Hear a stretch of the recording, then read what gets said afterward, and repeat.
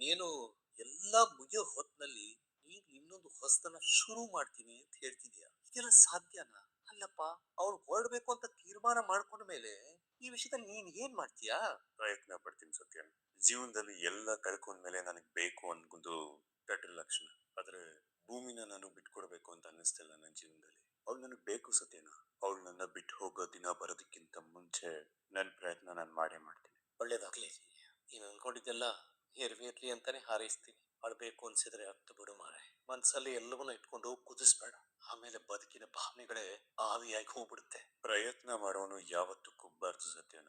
ಗೆಲ್ಬೇಕು ಅಂತ ಫಿಕ್ಸ್ ಆದಾಗ ನಾವು ನಮಗೆ ಮೋಟಿವೇಟ್ ಮಾಡ್ಕೋತಾ ಇರ್ಬೇಕು. ಇಲ್ಲ ಅಂತ ಹೇಳಿದ್ರೆ ಸೋಲನ್ನ ಇಂಡೈರೆಕ್ಟ್ ಆಗಿ ಒಪ್ಕೊಂಡ ಹಾಗೆ. ನನ್ನ ಪ್ರೀತಿ ನಿಜ ಆಗಿತ್ತು ಅಂತ ಹೇಳಿದ್ರೆ ನಾನು ಇದ್ರಲ್ಲಿ ಗೆದ್ದೇ ಗೆಲ್ತೀನಿ. ನನಗ ಆತ್ಮವಿಶ್ವಾಸ. ನಿನ್ನ ಎಲ್ಲಾ ವಿಚಾರಗಳನ್ನು ನಾನು ಮೆಚ್ತೀನಿ. ಖಂಡಿತ ನಿನ್ನ ಈ ಆತ್ಮವಿಶ್ವಾಸನೇ ನಿನ್ನ ಕೈ ಹಿಡಿಯುತ್ತೆ. ಸಮಯ ಆಯ್ತು, ಭೂಮಿ ಬರಲಿಲ್ಲ. ಬರ್ತದೆ. ಇಲ್ಲಿದ್ರೆ ಅದೇ ಮಾತುಗಳು ಮತ್ತೆ ರಿಪೀಟ್ ಆಗ್ತಾ ಇರುತ್ತೆ. ಬನ್ನಿ. ಇವತ್ತೇ ಕೊನೆ ದಿನ. ನಾನು ಸಾಹೇಬ್ರಿಗೆ ಊಟ ತಗೊಂಡು ಹೋಗೋದು. ನಮ್ಮಿಬ್ರು ಕಾಂಟ್ರಾಕ್ಟ್ ಮುಗಿದ ಮೇಲೆ ಸಾಹೇಬ್ರಿಗೆ ಯಾರು ಊಟ ತಂದ್ಕೊಡ್ತಾರೆ?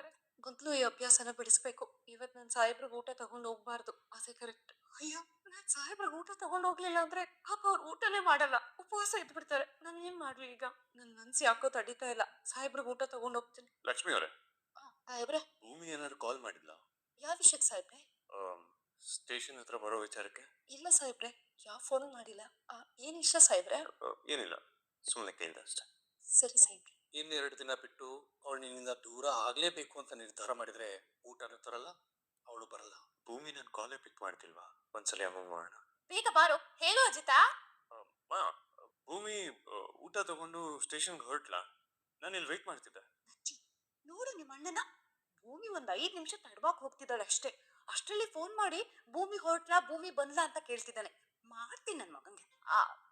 ಅಜಿತಾ, ಭೂಮಿ ಆಗ್ಲೇ ಎಲ್ಲೋ ಹೋದ್ಲು ಅನ್ಸತ್ತೆ ಕಣೋ. ಒಂದ್ ಕೆಲಸ ಮಾಡ್ತೀನಿ, ಡ್ರೈವರ್ ಕೈಲಿ ನಿಂಗೆ ಊಟ ಕೊಟ್ಟು ಕಳಿಸ್ತೀನಿ. ಊಟ ಮಾಡು ಆಯ್ತಾ? ನಾವೆಲ್ಲರೂ ಇಲ್ಲಿ ಕೇರ ಮಾಡ್ಬೇಕು. ಇಡ್ಲೇನಪ್ಪ? ಅಮ್ಮ, ಯಾಕಮ್ಮ ಅವನನ್ನ ಗೋಳೆ ಕೊತ್ತೀಯ ಸುಮ್ನೆ? ಏಯ್, ಸುಮ್ನಿರು. ನಿಂಗೆ ಏನು ಗೊತ್ತಾಗಲ್ಲ. ಮದ್ವೆ ಆದ್ಮೇಲೆ ಎಲ್ಲ ನಿಂಗೆ ಅರ್ಥ ಆಗುತ್ತೆ. ಬಾ ಸುಮ್ನೆ.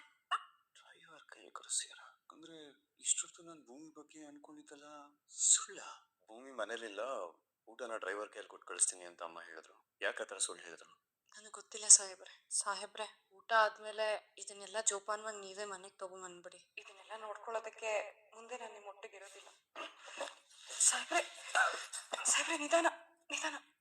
ಹುಷಾರ್. ಸಾಹೇಬ್ರೆ, ಅಷ್ಟು ಅವಸರ ಏನಿತ್ತು? ಅವಸರ ನಂದಲ್ಲ ಭೂಮಿ, ನಿನ್ಗೆ. ನನ್ನಿಂದ ದೂರ ಹೋಗೋ ಯೋಚನೆ ಅವಸರ ನಿಂಗಿರೋದು. ನಮ್ಮಿಬ್ರು ಮದ್ವೆ ಗಡುವು ಮುಗಿದ ಮೇಲೆ ಅದೇನಾಗ್ಬೇಕೋ ಅದನ್ನೇ ಹೇಳ್ತಾ ಇದ್ದೀನಿ ಸಾಹೇಬ್ರೆ. ಅಷ್ಟಕ್ಕೂ ನಾವಿಬ್ರು ಪರ್ಮನೆಂಟ್ ಗಂಡ ಹೆಂಡತಿ ಅಲ್ವಲ್ಲ. ಇಬ್ರು ಕಾಂಟ್ರಾಕ್ಟ್ ಮದ್ವೆ ಆಗಿರೋದು. ಕಾಂಟ್ರಾಕ್ಟ್ ಮುಗಿತಾ ಇದ್ದಾಗೆ ನಾನ್ ನಿಮ್ಮನ್ನ, ನಿಮ್ ಮನೇನ, ನಿಮ್ ಮನೆಯವ್ರನ್ನ ಬಿಟ್ಟು ಹೋಗ್ತಾ ಇರ್ಬೇಕಲ್ವಾ? ಬಿಟ್ಟು ಹೋಗ್ಬೇಕು ಅಂತ ಡಿಸೈಡ್ ಮಾಡ್ಬಿಡ್ತೀಯ ಭೂಮಿ?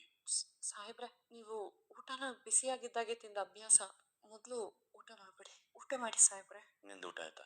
ಇಲ್ಲ, ನಾನು ಮನೆಗೆ ಹೋಗಿ ಮಾಡ್ತೇನೆ. ನೀನು ಊಟ ಮಾಡಲ್ಲ ಅಂತ ಹೇಳಿದ್ರೆ ನಾನು ಊಟ ಮಾಡಲ್ಲ. ಸಾಹೇಬ್ರೆ, ನಾನ್ ನಿಮಗ್ ಮಾತ್ರ ಊಟ ತಂದಿಲ್ಲ, ಹಾಗಾಗಿ ಒಂದೇ ತಟ್ಟೆ ತಂದೆ. ಸಾಗರ್, ಒಂದ್ ತಟ್ಟೆ ಕೊಡಿ. Thank you. ನೀವು ಊಟ ಮುಗಿಸ್ಕೊಡಿ. ಸರಿ ಸರ್. ಇದೆಲ್ಲ ಭೂಮಿ ನಿಮ್ ಜೊತೆ ಇದ್ರನೆ ಸೇಫ್. ಆಗ್ಲೇ ನಾನು ಇಲ್ಲಿ ನೆಮ್ಮದಿಯಾಗಿರ್ಬೋದು ಅಂತ ಭಾಗ್ಯಮ್ಮ ಹೇಳ್ತಿದ್ರು. ಸಾಹೇಬ್ರೆ, ಅಮ್ಮ ಇನ್ನೇನ್ ಹೇಳಿದ್ಲು? ತುಂಬಾ ಮಾತಾಡ್ಬಿಟ್ವಾ? ಇಲ್ಲ ಇಲ್ಲ, ಹಾಗೇನಿಲ್ಲ. ಅಮ್ಮ ಮನೆಯಿಂದ ಜೈಲಿಗೆ ಹೋಗ್ಬೇಕಾದ್ರೆ ತುಂಬಾನೇ ನೋವಾಯ್ತು ಅನ್ಸುತ್ತೆ ನಿನ್ಗೆ. ಆ ನೋವಲ್ಲೇ ನನ್ನ ಹಾಕೊಂಡು ಹತ್ತಿದ್ದಾರ ಅನ್ಕೊಂಡೆ. ಸಾಹೇಬ್ರೆ, ನಮ್ಗ್ ತುಂಬಾ ಬೇಕಾದವರು ನಮ್ಮಿಂದ ದೂರ ಆಗ್ತಿದ್ದಾರೆ ಅಂದ್ರೆ ನೋವಾಗದ್ ಸಹಜ ಅಲ್ವಾ? ನನಗೂ ಈಗ ಅದೇ ಆಗ್ತಿಲ್ಲ ಭೂಮಿ. ನಿಮ್ ಮಾತಿನ ಅರ್ಥ? ಇದೆ. ಅಂಜು ಅಂಜು, ನೋಡು ರೆಡ್